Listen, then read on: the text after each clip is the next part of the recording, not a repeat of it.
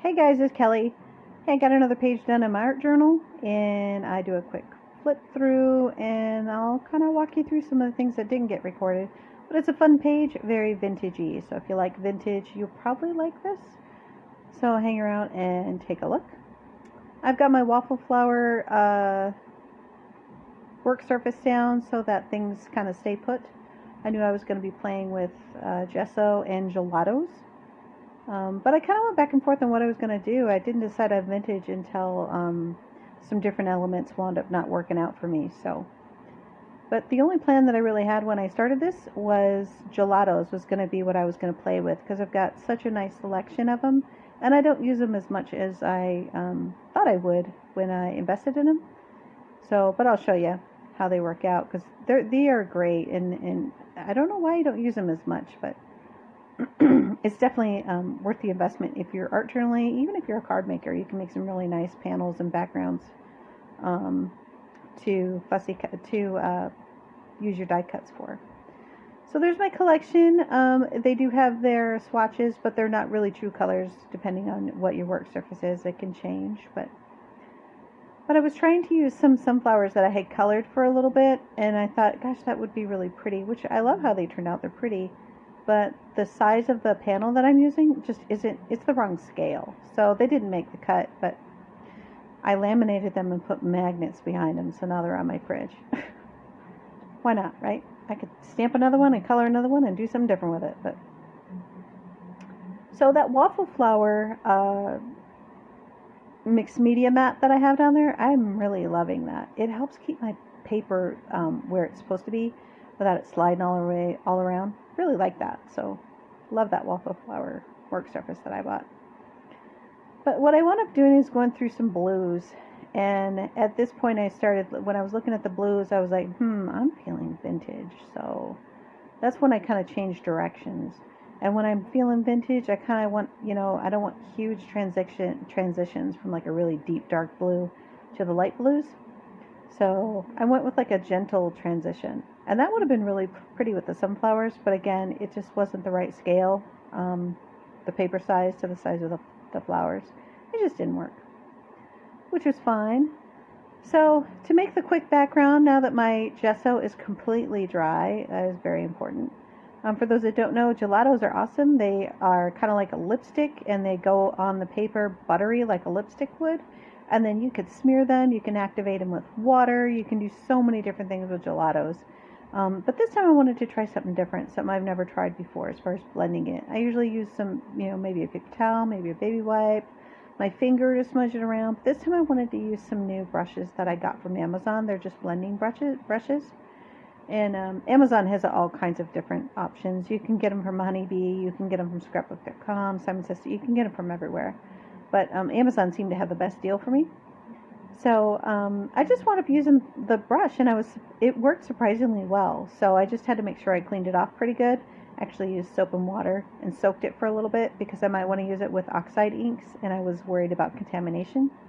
But I have since doing this and after washing it, I have used it, and it's perfectly fine.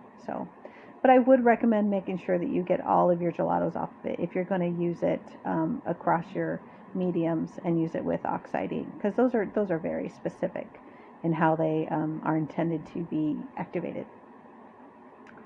So I just outlined the edge with like a coffee. It's like a deep brown, almost black gelato, and because I wanted it framed in. And I was happy with that because, again, I knew what I was going to, I finally found my direction. I knew I was going to be doing some vintage feels, and I wanted it to be eye-popping in the middle. I want it to draw your eye in. So I just used the same text stamp that I use often just to create some interest in the background. And then the milk bottle caps there, that's my vintage find. I love them. They were at my local antique store, and as soon as I saw them, I had to buy them. It's like instant, authentic ephemera. It's so awesome. And I just inked them up with Distress Stain, and that did the job pretty good. Made sure I dried them really good. And again, I love that work surface, the mixed media mat from Waffle Flower. You guys should check that out. I think I got mine from Amazon. It was 20 something dollars, 20, maybe 22, $23. Love having that. Love, love, love having it. So I just, it took the time to stain them really quick, and it told that vintage photo stain. I've had that in my stash for years, and it still works fantastic for really giving something an aged, worn look. So, and that photo there of, it looks like it's 5 generations of just really nice, just strong women. And for some reason, it just talked to me. I just liked that photo. So I matted it on white cardstock and just used vintage photo. Actually, I used archival vintage photo of archival ink, and made it look a little aged.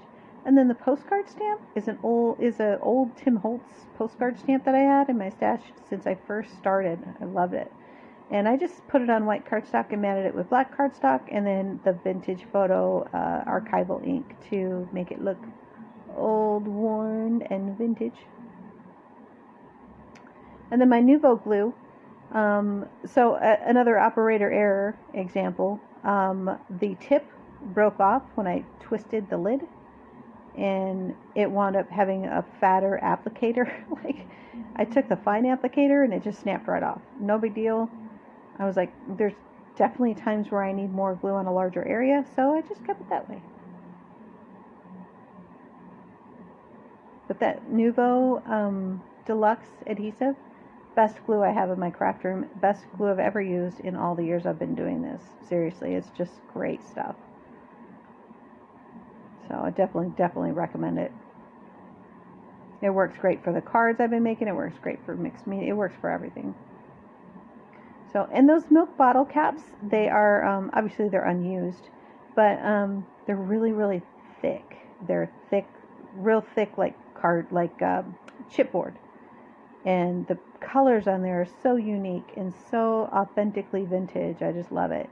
But when I was, because they're so thick, when I was layering them on top of each other, I had to fill in some of those gaps with some phone tape so that they wouldn't fall off. But that worked out pretty good. And I'm impatient. I need to learn how to wait for glue to dry. I just don't.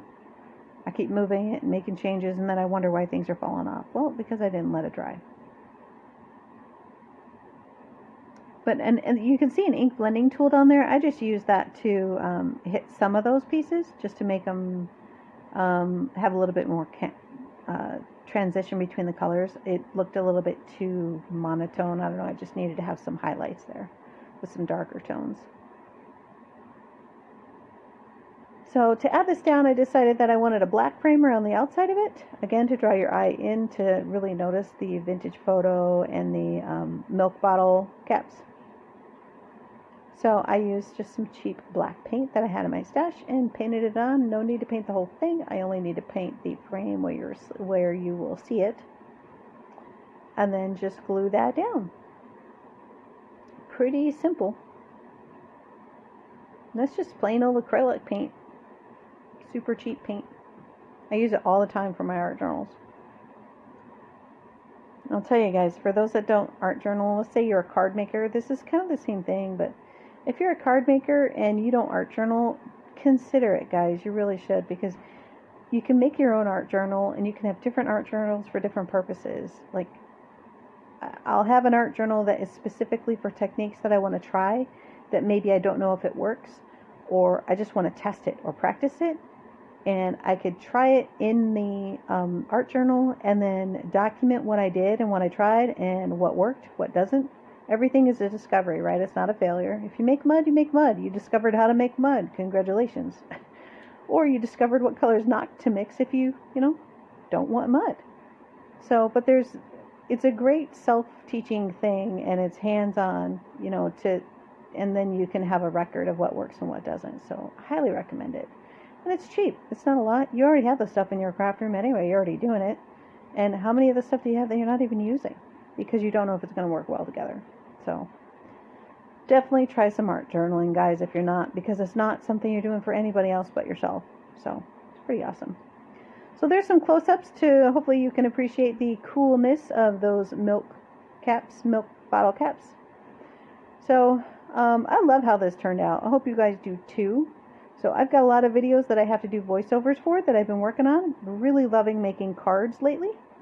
So a lot more to come with that. So make sure that you subscribe if you haven't already, and hit the notification bell so that when those videos do come out, you are notified that I've got some new stuff out there. So, and I always think about my newbies, always try to think about people who've never done this before and leave tips and tricks that might be helpful for you in your craft room.